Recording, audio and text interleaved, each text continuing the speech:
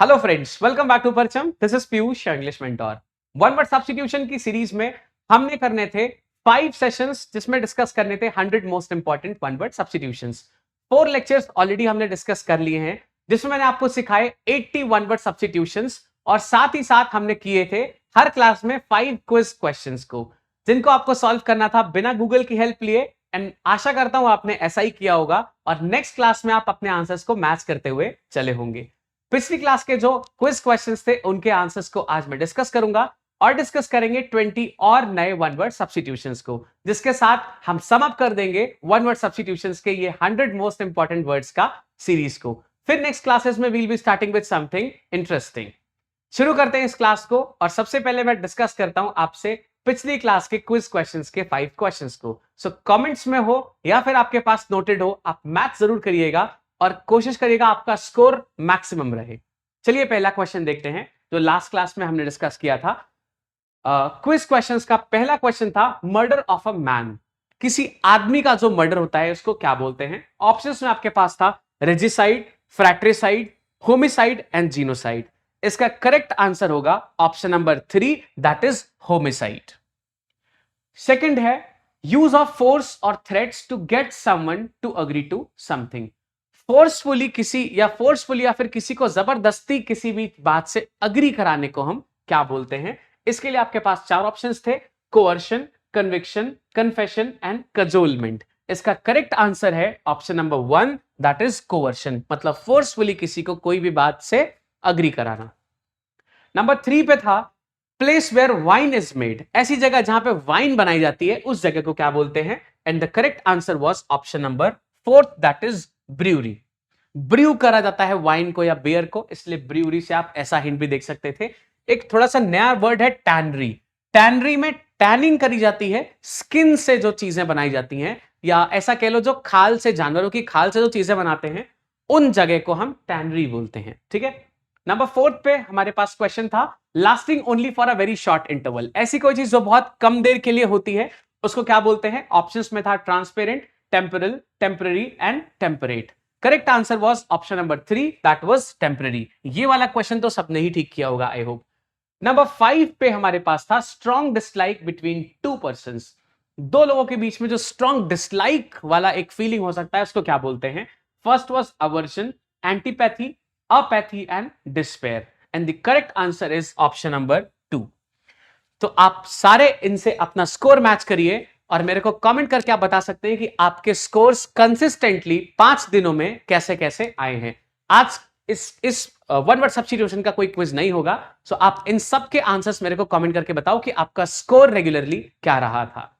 Class शुरू करने से पहले आपको इंफॉर्मेशन देनी है। एसएससी इंग्लिश का स्पेसिफिकली कोर्स जो लॉन्च है, उसमें आपको स्पेसिफिकली 4 चीजें जो मिलने वाली हैं, वो है recorded lectures, downloadable PDFs, live problem solving sessions and detailed PYQs का डिस्कशन भी। बहुत सारे बच्चे मेरे को कमेंट करके बता रहे थे कि 50 गोल्डन रूल्स से उनको काफी फायदा मिल रहा है।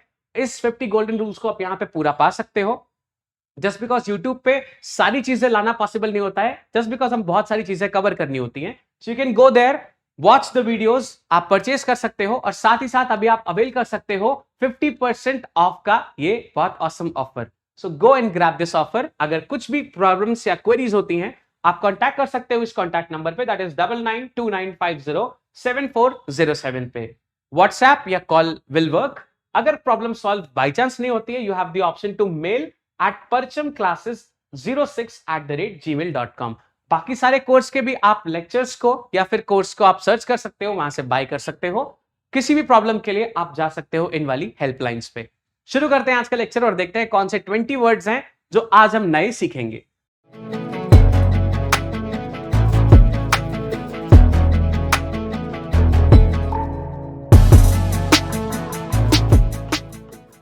सबसे पहला आज का वर्ड है the art of preserving skin of animals, birds and fish.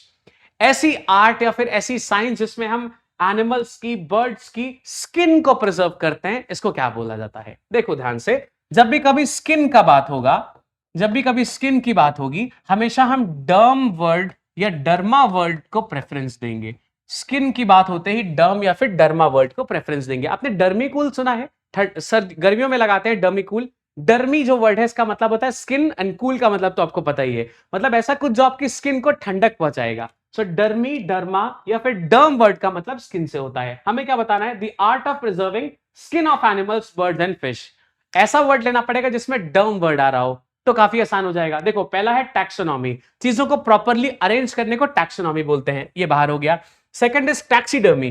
Taxidermy क्या होता है? चीजों की, जो एनिमल्स, फिश, बर्ड्स होती हैं, इनकी स्किन को प्रिजर्व करके रखना, इनसे कोई चीज बनाना, सपोज वॉलेट बना दिया, पर्स बना दिया, ऐसी कोई चीज बना देना, बेल्ट बना दिया, इसको, इस कॉन्टेक्स्ट को टैक्सीडर्मी बोलते हैं। सो सेकंड ऑप्शन हो जाएगा इसका correct choice. Third is topology. Topology का मतलब होता है कौन सा चीज आपने किस तरीके से अरेंज किया है, उसका एक proper sequencing, that is topology. Seismology में हम अर्थक्वेक्स के बारे में पढ़ते हैं। So seismology, topology and taxonomy बाहर होगा। करेक्ट आंसर हो जाएगा option number 2, that is taxidermy. ठीक है, चलो 82 पे आते हैं। This is related to moon. चांद से जो रिलेटेड होता है इसको क्या बोलते हैं? अब देखना कुछ ऑप्शन यहां पे फनी है। मूनी तो बिल्कुल नहीं बोलेंगे, और हनीमून में देखो मून आ रहा है, बट इसका मतलब तो ये नहीं है कि हर चीज जो मून से रिलेटेड होगी उसको हम हनीमून बोल सकते हैं। सो सेकंड और फोर्थ ऑप्शन यहां से क्लियरली एलिमिनेट हो जाते हैं। We have first solar and the second is lunar. देखो सोलर का मतलब होता है related to sun, and lunar का मतलब होता है related to moon. So correct option हो जाएगा option number 3, that is lunar. ध्यान रखिएगा, ये जैसे सोलर एक्लिप्स लगता है तो सन वाले कॉन्टेक्स्ट में बात होती है, लूनर एक्लिप्स होता है तो मून वाले कॉन्टेक्स्ट में बात होती है। इससे रिलेटेड टू मून क्या हो जाएगा? लूनर। चलो अगला नंबर 83 पे देखते हैं। Scale used for measuring the strength of an earthquake. जो अर्थक्वेक या भूकंप की जो इंटेंसिटी होती है उसको नापने वाला जो स्केल होता है उसको क्या बोलते हैं? सेल्सियस से तो टेम्परेचर नापते हैं, न्यूटन तो नहीं हो सकता, लीनियर से डेफिनेटली हमको कुछ सीधी चीज नापनी पड़ेगी। रिचर स्केल आपने सुना होगा, रिचर स्केल पे ही आपको मेजर करके बताया जाता है कि 8.3 इंटेंसिटी का अर्थक्वेक आया था, सुना होगा आपने। तो रिचर स्केल से हम क्या नापते हैं? अर्थक्वेक की स्ट्रेंथ या इंटेंसिटी नापते हैं। सो करेक्ट आंसर होगा ऑप्शन नंबर 3। स्पेलिंग थोड़ा सा देख सकते हैं, इट्स RICHTER। स्पेलिंग करेक्शन से भी ये पूछा जा सकता है। तो रिचर स्केल जो होता है दैट इज RICHTER। ठीक है, चलिए नंबर 84 पे आते हैं। A figure of speech by which a thing is spoken of as being that which it only resembles. अब जैसे मान लीजिए ए के बारे में मैं ऐसा बोल रहा हूं कि ये बहुत ज्यादा हद तक स्मॉल ए की तरह ही काम करता है, मतलब जहां पे आपको ए का जरूरत है, कैपिटल ए का, वहां पे आप स्मॉल ए लिख सकते हो, मीनिंग लगभग दोनों का सेम ही निकलेगा। तो जब मैं एकदम सिमिलर की तरह दिखाना चाहता हूं, ऐसी बात को कौन से फिगर ऑफ स्पीच में कहा जाता है? देखो मेटाफर में तो हम हमेशा ऐसा दिखाते हैं कि उस तरीके से हो सकता है, सेम नहीं दिखाते हैं, तो मेटाफर बाहर है। सिमिली में हम बिल्कुल एग्जैक्ट कंपेयर करके दिखाते हैं यूजिंग लाइक एंड एज। तो करेक्ट ऑप्शन हो जाएगा option number 2, that is simile. Personification में नॉन लिविंग थिंग्स को हम लिविंग की तरह दिखाते हैं, इसलिए ये थर्ड बाहर है। एंड एलिट्रेशन में कई बार चीजों का रिपीटिशन होता है, जैसे मैंने बोला she sells sea shells on the sea shore, इसमें स और श शब्द को बार बार रिपीट किया जा रहा है, यहां पे ये एलिट्रेशन है, इसलिए फोर्थ भी बाहर हो जाएगा। Correct answer would be option number 2। आप एज अ टंग ट्विस्टर इसको कर सकते हैं, अगर आपको बोलने में कुछ वर्ड्स को प्रॉब्लम होती है तो आप इसको बोल के काफी सारा हेल्प ले सकते हो। This is she sells sea shells on the sea shore. ऐसे बहुत सारे बच्चे होते हैं इनको स और श बोलने में दिक्कत होती है, तो आप इस टंग ट्विस्टर को रोज 20-25 बार रिपीट करिए, आपका ये प्रॉब्लम धीरे धीरे धीरे करके सॉल्व हो जाएगा। आप इसको प्रॉपर्ली रीड करिएगा, she sell seashell on the sea shore, इसमें स और श का डिफरेंस थोड़ा सा ध्यान से। चलिए आगे बढ़ते हैं। नंबर 85 पे, a small room in a big house, hotel और ship etcetera where glasses, dishes, spoons, food etcetera are kept. ऐसे रूम को क्या बोलते हैं? देखो पहला है पोर्टिको। पोर्टिको जैसे मान लो ये घर है, इसमें ऐसा वाला जो एंट्रेंस बनता है ना, इसको पोर्टिको बोलते हैं, तो ये तो बाहर हो जाएगा, ये नहीं है। पैंट्री ऐसी जगह को बोलते हैं जहां पे हम ये सारे सामान या यूटेंसिल्स रखते हैं, ग्लासेस वगैरह, प्लेट्स, डिशेस, ये सब प्लेट्स वगैरह रखते हैं, इसको पैंट्री बोलते हैं। तो सेकंड है इसका करेक्ट चॉइस। यहां पे नेक्स्ट है मेज़नाइन। मेज़नाइन वो होता है, जैसे मान लीजिए आपने बड़े घर देखे होंगे, इसमें क्या होता है कि बीच का पोर्शन खाली होता है और इधर रूम्स बने होते हैं, यहां पे रूम्स होते हैं, इधर रूम्स होते हैं और इधर रूम्स होते हैं। तो ये वाला जो पोर्शन होता है बहुत बड़े घरों में, उनको बोलते हैं मेज़नाइन। तो ये भी बाहर है। किचन आप जानते ही हो, किचन में खाना भी पकता है और पैंट्री में बेसिकली ये सारा सामान मेजरली रखा जाता है, इसलिए pantry would be that specific room. तो करेक्ट आंसर हो जाएगा ऑप्शन नंबर 2। नंबर 86 पे आएंगे, it's doing something according to one's own free will. कोई ऐसा चीज, कोई ऐसा सिस्टम जिसमें अपने हिसाब से आप या अपनी मर्जी के हिसाब से चीजें कर सकते हो, उसको क्या बोलते हैं? पहला है wilfully, second is obligingly, third is voluntarily and fourth is compulsorily. Compulsorily का मतलब है जबरदस्ती, कंपल्सरी है, करना ही पड़ेगा, तो फोर्थ बाहर हो गया। विलफुली कोई वर्ड नहीं होता, इट्स विलिंगली, लेकिन यहां पे है नहीं, इसलिए विलफुली हम नहीं ले सकते। ऑब्लाइजिंगली का मतलब है ऑब्लाइज करने के लिए कर रहे हैं, मतलब दूसरों को खुश करने के लिए, दिखाने के लिए, या दूसरे इस चीज को कंसीडर करें इसलिए कर रहे हैं, सो ऑब्लाइजिंगली गलत हो गया।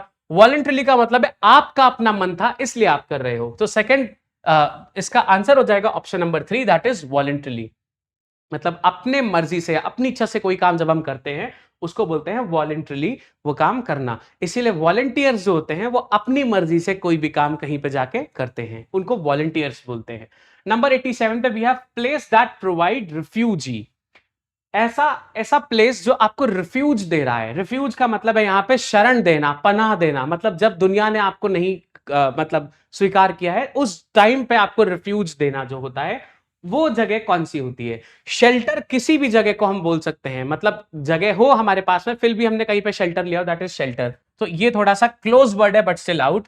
हाउस तो जनरली रिफ्यूज के लिए नहीं यूज होता है, ना कंट्री होता है। असाइलम जो होता है, जब आपको कहीं भी पनाह ना मिले तब आपको रिफ्यूज का काम करने वाली जो प्लेस होती है उसको असाइलम बोलते हैं। अब जैसे मेंटल असाइलम बोला किसी ने, तो पागल ऐसे घर में रहेंगे तो प्रॉब्लम क्रिएट करेंगे, सो इसलिए उनको मेंटल असाइलम में भेज दिया जाता है। मतलब मेंटल को जब कहीं एक्सेप्टेंस नहीं है, so they can get to mental asylum. इसीलिए असाइलम ऐसी जगह को बोलते हैं जो किसी को भी रिफ्यूज देने के लिए या रिफ्यूजी देने के लिए राजी होती है। So the correct answer would be option number 4, that is asylum. Number 88 पे आते हैं, we have an abandoned child of unknown parents who is found by somebody. अच्छा, अबंडेंट चाइल्ड है मतलब बाहर निकल गया था कहीं पे, बिछड़ा भूला भटका बच्चा है, पेरेंट्स अननोन है, किसी को मिल गया है, वो ऐसा कंडीशन हो रहा है यहाँ पे। देखो, पहला है फाउंडलिंग, दूसरा है sibling, third is urchin and fourth is orphan. देखो, सिबलिंग बाहर हो जाएगा, सिबलिंग तो भाई बहन वाला हो जाता है। अर्चिन एक बहुत गंदा सा मैला कुचैला सा बच्चा हो गया, तो अर्चिन बाहर है यहाँ पे। ऑर्फन ऐसा होगा जिसके माँ बाप डेफिनेटली मर चुके हैं और कहीं ऐसे ही लावारिस नहीं मिला है, ऑर्फन एज में होगा या फिर उसके माँ बाप की डेथ हो चुकी होगी। यहां पे अननोन पेरेंट्स की बात हो रही, तो ऑर्फन यहां से बाहर हो जाता है। फाउंडलिंग होता है इसके लिए करेक्ट वर्ड, यानी कि ऐसा कोई अबंडेंट चाइल्ड जो अननोन पेरेंट्स का है और किसी को मिल गया है, इस कंडीशन वाले बच्चे को हम फाउंडलिंग बोलते हैं। ध्यान रखिएगा, थोड़ा सा नया वर्ड हो सकता है ये, फाउंडलिंग इसको बोला जाता है। सो करेक्ट आंसर हो जाएगा option number 1, that is फाउंडलिंग। Number 89 पे आते हैं, one who does not makes mistake. ऐसा आदमी जो गलतियां नहीं करता है, इसको क्या बोलेंगे आप? पेसिमिस्ट हमेशा चीजों के नेगेटिव की तरफ देखता है, 1 बाहर हो गया। सेकंड ऑप्टिमिस्ट है, ये हमेशा पॉजिटिव्स की तरफ देखेगा, ये भी बाहर हो गया। थर्ड है इनफैलिबल, मतलब जो गलती कभी नहीं कर सकता, तो आंसर हो जाएगा इनफैलिबल। हिपोक्रिट्स कौन होते हैं? जो दिखाते हैं कि मैं ए हूं लेकिन इवेंचुअली वो होंगे बी, इनको हिपोक्रिट्स बोलते हैं। सो फोर्थ यहां से बाहर है। करेक्ट आंसर हो जाएगा ऑप्शन नंबर 3, दैट इज इनफैलिबल, मतलब जो गलती नहीं कर सकते हैं। ठीक है, चलिए नंबर 90 पे आते हैं, the height of an object above sea level. अगर किसी भी ऑब्जेक्ट की हाइट, ये मान लीजिए समुद्र है, इसके ऊपर मेरे को किसी भी चीज की हाइट नापनी है, तो मैं क्या नापूंगा? बहुत सिंपल है, एल्टीट्यूड नापते हैं, जिसमें लैटिट्यूड और लॉन्गिट्यूड दोनों मिला हुआ होता है, तब हम इसकी हाइट को एग्जैक्टली मेजर कर सकते हैं। ऑप्शंस में है एल्टीट्यूड, सर्टिट्यूड इज सर्टेनिटी नापने वाला, लैटिट्यूड और लॉन्गिट्यूड। देखो, इन दोनों का कॉम्बिनेशन 3 और 4 का कॉम्बिनेशन क्या होता है? एल्टीट्यूड, और इसी से हमको एग्जैक्टली पता चल पाता है कि किस हाइट पे हम हैं। सो एल्टीट्यूड हो जाएगा करेक्ट ऑप्शन। ठीक है बेटा, so the height of an object above sea level is its altitude. इसमें लैटिट्यूड और लॉन्गिट्यूड दोनों क्लब होते हैं या मिले हुए होते हैं। नंबर 91 पे we have something that is difficult to believe. ऐसा कोई चीज जिसको मानना बहुत मुश्किल है। अब जरा इसको थोड़ा सा डिटेल में बताता हूं आपको। 2 वर्ड्स होते हैं, पहला होता है इनक्रेडिबल, एक होता है इनक्रेडिबल, और दूसरा होता है इनक्रेडुलस, दूसरा होता है इनक्रेडुलस। इन दोनों का मतलब होता है हार्ड टू बिलीव, इन दोनों का मतलब होता है हार्ड टू बिलीव। अब आपको इनक्रेडिबल का मतलब हार्ड टू बिलीव नहीं लगता होगा, पर जरा ध्यान से सुनिए इस बात को। इनक्रेडिबल हार्ड टू बिलीव कैसे होगा? जैसे मान लीजिए मैंने आपसे बोला ताजमहल इतना सुंदर है कि it is incredible to believe that Taj Mahal can really exist. अब ये इनक्रेडिबल है, मतलब मान ही नहीं सकते इतना सुंदर भी कोई चीज हो सकता है। ये है पॉजिटिव, मान ही नहीं सकते। So something that is difficult to believe, मतलब डिफिकल्ट टू बिलीव में पॉजिटिव वाला जो वर्ड होगा ये हो जाएगा इनक्रेडिबल। लेकिन दूसरा कॉन्ट्ररी देखिए, आपने बोला कि आपके बेस्ट फ्रेंड ने आपके पैसे चुरा लिए, so it is incredulous to believe that your friend stole the money. समझ गया? मतलब विश्वास ही नहीं हो रहा कि ऐसा भी हो सकता है। नेगेटिव वाला डिफिकल्ट टू बिलीव हो जाएगा इनक्रेडुलस, ये हो जाएगा बेटा नेगेटिव वाला, और ये हो जाएगा पॉजिटिव वाला। मतलब जब आप एकदम चौंक जाओ कि बाप रे ऐसा कैसे हो सकता है पॉजिटिव वाले नोट्स में, so it would be incredible. अगर ये नेगेटिव वाले नोट में होगा तो इनक्रेडुलस यूज करोगे आप। ध्यान रखें, ये दो वर्ड्स आपको कंफ्यूज कर सकते हैं आगे चल के। चलिए, सो पहला है इनएविटेबल, मतलब जिसको टाला नहीं जा सकता, तो ये बाहर है। सेकंड है इनक्रेडिबल। अब देखो इनक्रेडिबल यहां पे पॉजिटिव वाले नोट में आ गया, यहां पे जनरलाइज किया गया है कि जिसको माना नहीं जा सकता। आपको दोनों यहां पे कभी भी एक साथ ऑप्शंस में नहीं मिलेंगे। तो इनक्रेडिबल मिल गया है, तो अब इनक्रेडुलस नहीं मिलेगा। ये हमेशा फिक्स रहता है क्योंकि दोनों के मीनिंग सेम ही है। फिर है सस्पिशियस, मतलब जिस पर डाउट करना है। फिर है इम्पॉसिबल, इम्पॉसिबल का मतलब है जो हो ही नहीं सकता है। अब यहां पे क्या करना है, ऐसी कोई चीज जिसको मानना बहुत मुश्किल है। Answer would be option number 2, that is incredible. ठीक है, चलिए नेक्स्ट नंबर 92 पे आते हैं। This is government of the people, of the people, sorry it's government of the people, to the people and by the people. Of की जगह पे बेटा ये हो जाएगा टू द पीपल या फिर फॉर द पीपल। ठीक है, तो government of the people, for the people and by the people. तो ये क्या हो जाएगा, आपने सुना होगा डेमोक्रेसी का जो डेफिनेशन होता है वो यही होता है, government of the people, for the people, bye the people, होता है यही सेम। तो इसको फाइंड आउट करना बड़ा आसान है, that would be number 3, that is democracy. Plutocracy, aristocracy and autocracy क्या होता है? ऑटोक्रेसी मतलब कोई एक रूलर है, डिक्टेटरशिप की तरह चल रहा है सब कुछ, तो ये बाहर हो गया। फिर एरिस्टोक्रेसी और प्लूटोक्रेसी क्या होता है? जो अमीर लोग होते हैं, जो दुनिया के या किसी भी देश के सबसे अमीर लोग अगर कोई गवर्नमेंट चला रहे होते हैं तो उसको प्लूटोक्रेसी बोलते हैं।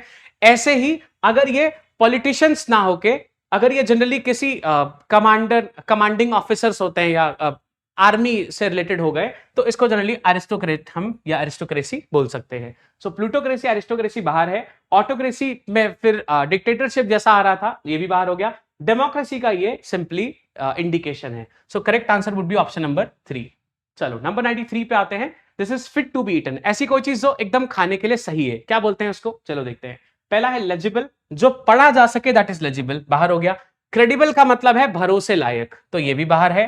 थर्ड इज ऑडिबल, जो सुना जा सके, बाहर हो गया। एडिबल का मतलब होता है खाने के लायक होना, so fourth is the correct choice. Number 5 पे आते हैं, नंबर 94 पे आते हैं। Fluent and clear in speech, ऐसा कुछ जो एकदम क्लियरली बताया गया है, आपको एकदम क्रिस्टल क्लियर तरीके से समझ में आ रहा है, इसको क्या बोला जाता है? डिफिडेंट और कॉन्फिडेंट एक दूसरे के ऑपोजिट है। देखो, जो कॉन्फिडेंट होता है मतलब किसी के सामने बिल्कुल डट के खड़े रहना, बहुत ज्यादा कॉन्फिडेंटली होना, उसको कॉन्फिडेंट बोलते हैं। और एकदम छुप जाना, किसी के सामने बोल ना पाना, इसको डिफिडेंट बोलते हैं। ये दोनों बाहर हो गए। एंथुसियास्टिक का मतलब है बहुत ज्यादा जोश में होना, दिस इज ऑल्सो आउट। फिर आता है आर्टिकुलेट। आर्टिकुलेट का मतलब होता है चीजों को एकदम प्रॉपरली किसी को समझाना या बोलना, और इसी का जरूरत था। सो 94 would go with option number 3, that is articulate. ठीक, चलो 95 पे स्पोकन और डन विदाउट प्रिपरेशन, ऐसा कुछ जो आपने तुरंत कर दिया है, मतलब कर दिया है या फिर बोल दिया है बिना प्रिपरेशन का, पहले से प्रिपेयर्ड नहीं थे ना, पहले से पता था, इस चीज को क्या कहते हैं? पहला है वर्बोस, मतलब जिसमें बहुत सारे शब्द होते हैं, उसको वर्बोस कहते हैं, बाहर हो गया। एक्सटेम्पोर का मतलब होता है बिना प्रिपरेशन, एट रैंडम, कुछ भी तुरंत कर देना, इज एक्सटेम्पोर। तो करेक्ट ऑप्शन हो जाएगा option number 2। Third is amateur. Amateur वो लोग होते हैं जो बिना पैसों के काम कर रहे होते हैं, जनरली शौकिया, तो अमेचर बोलते हैं इनको। फोर्थ इज वर्बैटिम, मतलब वर्बियाज होता है जो, यानी कि भारी भरकम शब्द यूज करना किसी भी छोटी चीजों के लिए, उसको वर्बैटिम बोलते हैं। तो फोर्थ भी बाहर है। करेक्ट आंसर हो जाएगा एक्सटेम्पोर, मतलब रैंडमली किसी भी चीज के बारे में बोलना या फिर कोई भी डिसीजन ले लेना, दैट इज एक्सटेम्पोर। नंबर 96 पे आएंगे। A person who is well known in an unfavourable way. अब कोई आदमी जो बहुत फेमस है लेकिन गलत तरीकों के लिए या गलत कामों के लिए, उनको क्या बोलते हैं? पहला है नोटोरियस, यही है बेटा। देखो, फेमस जो होता है वो पॉजिटिव्स के लिए होता है, जो नेगेटिव्स के लिए फेमस होता है उसको बोलते हैं नोटोरियस। जैसे मान लीजिए बिल गेट्स फेमस है किस चीज के लिए? अच्छे कामों के लिए, इनको बोलेंगे फेमस। लेकिन अगर आप बात करो विजय माल्या की, तो ये नेगेटिव्स के लिए फेमस है, इनको हम नोटोरियस बोल सकते हैं। ऑब्सक्योर का मतलब होता है अनक्लियर होना, जो साफ ना दिखे उसको ऑब्सक्योर बोलते हैं। थर्ड पे है कॉन्स्पिक्यूअस, इसका मतलब होता है क्लियरली विजिबल होना, तो ये दोनों बाहर हो गए। एथिकल आप समझते हो, जो आपके मॉरल्स अलाउ कर रहे हो कि यार ये चीज सही है, दैट इज एथिकल, तो ये भी बाहर हो जाता है। Correct answer would be option number 1, that is notorious. Number 97 पे आते हैं, to write under a different name, किसी भी चीज को लिखना और उसका दूसरा नाम दे देना। सपोज मेरा नाम है ABC और मैं इसकी जगह अपना नाम लिख दूं XYZ। अब देखो, अगर नाम नहीं लिख रहे हैं तो एनोनिमस हो जाएगा, लेकिन दूसरा नाम लिखना एनोनिमस नहीं होता है, ये गलत हो गया। बायोग्राफी का मतलब होता है मेरी लाइफ के बारे में लिखना, दिस इज आउट। थर्ड है स्यूडोनिम, मतलब झूठा नाम लिख देना, मतलब जो आपका नाम नहीं है वो नाम लिख देना। तो हो गया ना रिक्वायरमेंट पूरा, इसलिए आंसर हो जाएगा स्यूडोनिम। तो ऑप्शन नंबर 3 हो जाएगा करेक्ट चॉइस। मैस्करेड बिल्कुल कॉन्टेक्स्ट से बाहर हो जाएंगे। मैस्करेड्स का मतलब होता है जो भी सच है उसको दुनिया से छुपाना या फिर किसी और तरीके से प्रेजेंट करना, तो ये बिल्कुल बाहर है। Fourth is out. Correct answer would be option number 3। 98 पे आएंगे, that through which light can not pass, ऐसा कुछ जिसके थ्रू लाइट पास नहीं हो सकती है उसको क्या कहते हैं। देखो, वैसे तो इसको हम बोलते हैं ओपेक, लेकिन ऑप्शंस में ओपेक है ही नहीं। ल्यूसिड, अगर कोई चीज क्लियर होगी तो पास हो जाएगी, ये भी नहीं होगा। ट्रांसपेरेंट के थ्रू पास हो सकती है, ये भी नहीं होगा। ट्रांसल्यूसेंट के थ्रू थोड़ा मुश्किल होता है बट पास हो जाती है, तो ये भी बाहर हो गया। हेजी का मतलब है बहुत धुंधला होना, लाइट इधर उधर नहीं पास हो पा रही, दिख ही नहीं रहा है, सो हेजी हो जाएगा इसका करेक्ट चॉइस। वैसे करेक्ट चॉइस तो ओपेक होता, बट है ही नहीं, so we'll go with option 3, that is hazy. Opaque का एक सिनोनिम हेजी भी होता है, इसलिए ऑप्शन 3 होगा यहां पे करेक्ट चॉइस। नंबर 99 पे आएंगे, one who wastes money on luxury, ऐसा आदमी जो लग्जरी के ऊपर बहुत पैसा बर्बाद करता है या वेस्ट करता है, उस आदमी को क्या बोलते हैं। एक्सटेम्पोर का मतलब हो गया रैंडमली, बिना प्लान किया हुआ, सो ये बाहर है। थ्रिफ्टी का मतलब होता है बहुत एक एक पैसे के लिए कंजूसी करना, बिल्कुल एकदम सोच समझ के खर्चा करना, थ्रिफ्टी बाहर है। एक्स्ट्रावेगेंट का मतलब है खूब पैसे खर्च करना, खूब पैसे उड़ाना बिना कुछ सोचे समझे, तो यही हो जाएगा correct choice option number 3, just because माइजर का मतलब होता है बहुत कंजूस होना। ठीक है, नंबर 100 पे आते हैं, and the last word for the day, soldiers who fight on the horse back, जो घुड़सवार सैनिक होते हैं उनको क्या कहा जाता है। देखो, इन्फेंट्री होता है जो पैदल चल के सैनिक लड़ते हैं, तो इन्फेंट्री बाहर है। आर्टिलरी में गन्स एंड वेपन्स रखे जाते हैं, तो ये बाहर हो जाएगा। कैवलरी होता है घुड़सवार सैनिक, जो हॉर्स पे सैनिक आते हैं उनको कैवलरी बोलते हैं, so this is the correct choice. And armoured का मतलब होता है एकदम लेस होना या आर्म टू द टीथ होना, पूरा फुली लोडेड विद वेपन्स होना, so this would be armoured. तो करेक्ट चॉइस हो जाएगा ऑप्शन नंबर 3। आई होप ये जो वन वर्ड सब्स्टिट्यूशंस में हमने 100 वर्ड्स किए हैं, इसने आपको काफी हेल्प किया होगा। ऐसे ही और कंटेंट के लिए आप जा सकते हो परचम क्लासेस के एप्लीकेशन पे और वहां से परचेज कर सकते हो कोर्स, वो भी 50% ऑफ पे, और बहुत सारा कंटेंट वहां पे अपलोडेड है। Go watch it and learn more. Till then, thank you, have a nice time.